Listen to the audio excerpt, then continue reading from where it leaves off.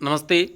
कक्षा 12 के हिंदी साहित्य विषय के लिए कुंडलियाँ छंद की पहचान, लक्षण और इसके उदाहरणों पर बात करते हुए आगे बढ़ते हैं। तो कुंडलियाँ छंद हम देखेंगे तो सबसे पहले इसका लक्षण है, ये है विषम मात्रिक छंद होता है। ये कौन सा छंद है? यह है, सबसे पहली बात तो है ये है विषम है, और दूसरी ये है मात्रिक छंद होता है। इसमें कुल 6 पंक्तियाँ होती हैं।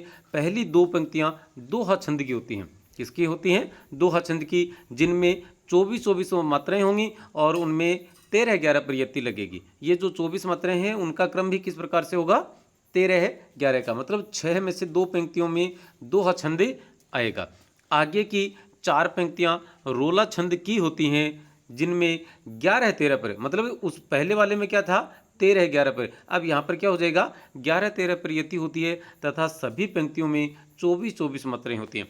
जैसा कि हमने अभी पढ़ा कि छप्पे छंद में पहली 4 पंक्तियों में 24 मात्राएं और अगली 2 पंक्तियों में 28 मात्राएं। लेकिन हम बात करें कुंडलिया छंद की, तो कुंडलिया छंद की सभी पंक्तियों में 24-24 मात्राएं होती हैं, लेकिन फर्क एक है कि इसमें भी कुल कितनी? 6 पंक्तियां होती हैं। इस प्रकार से 6 पंक्तियां होंगी आपको आपके सामने, 4, 5, 6। ये बीच में जो काटा है यहाँ पर येती लगी होती है। तो पहली 2 पंक्तियां हैं वो दोहा छंद की होती हैं। कौन सी छंद की? दोहा की। अंतिम जो 4 पंक्ति हैं वो किस छंद की होती हैं? वे रोला छंद की। सभी में मात्राएं कितनी कितनी होती हैं? 24-24 मात्राएं होती हैं। लेकिन दोहा में मात्राओं का जो क्रम होता है वह 13-11 होता है। दोहा में कितना होता है? 13-11, और रोला में कितना होता है? 11-13। बस यही एक फ़र्क है। अब आप यहाँ देखें कि दोहा छंद का ये जो अंतिम पद है उसमें मात्राएं कितनी है? 11 है। अब रोला छंद का मतलब तीसरी लाइन का पहला पद कितना में मात्राएं कितनी हो जाएंगी? 11 है। कहने का अर्थ ये है कि ये जो यहाँ वाला अंतिम पद था, कौन से वाला?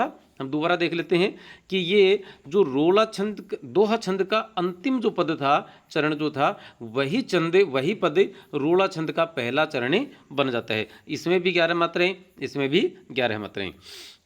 आगे देखते हैं कि इसको कुंडलियाँ छंद क्यों कहते हैं। कि जिस प्रकार जिस शब्द या शब्द समूह से इसकी शुरुआत होती है वही इसके अंत में भी आता है। मतलब कुल मिलाकर 6 पंक्तियाँ होती हैं, तो आप ये 4, ये 5, यहाँ जिस पद से या जिस शब्द से शुरुआत हो रही है वही इसका अंतिम भी होता है। और दोहा छंद का अंतिम चरण, दोहा छंद का अंतिम चरण रोला छंद का प्रथम चरण भी होता है। पहला ये दोहा। अब यहाँ वाला जो मामला आया था वही इस तीसरी लाइन का पहला पद होगा। मतलब सेम वो की वो चीज़ें होंगी। और एक ये होता है, ये लास्ट वाला, तो एक तो ये हो गया, एक ये हो गया। तो इस प्रकार से ये आपस में एक दूसरे के ऊपर चढ़ा हुआ होता है, इसलिए और इसको कुंडलियाँ छंद कहते हैं। सूत्र इसका है कुंडली मारनो दो रुकाम। कुंडली मारनो कहें को काम है? 2 रुकाम। 2 से दोहा और रो से रोला छंद। तो इस प्रकार से हमें इसका जो सूत्र है वह याद रख सकते हैं। आगे इसका उदाहरण देखते हैं कि बिना विचारे जो करे सो पाछे पछताए, काम बिगाड़े आपनो जग में होत हंसाए। ये दोहा छंद था। यहाँ तक कितना, कौन सा छंद था? दोहा। अब देखिए आप, बिना विचारे, ये जो मामला था ये लास्ट में मिलेगा, और ये यहाँ दोहा का अंतिम पद क्या कह रहा है? जग में होत हंसाए। तो ये रोला छंद का पहला चरण बन गया।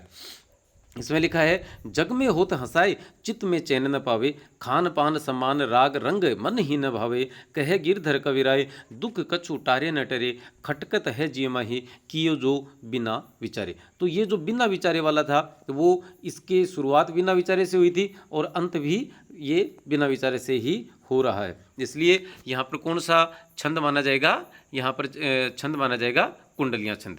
तो चलिए आज के कुंडलियाँ छंद के विषय में इतनी ही बात करते हैं। नमस्ते, धन्यवाद, जय हिंद, जय भारत।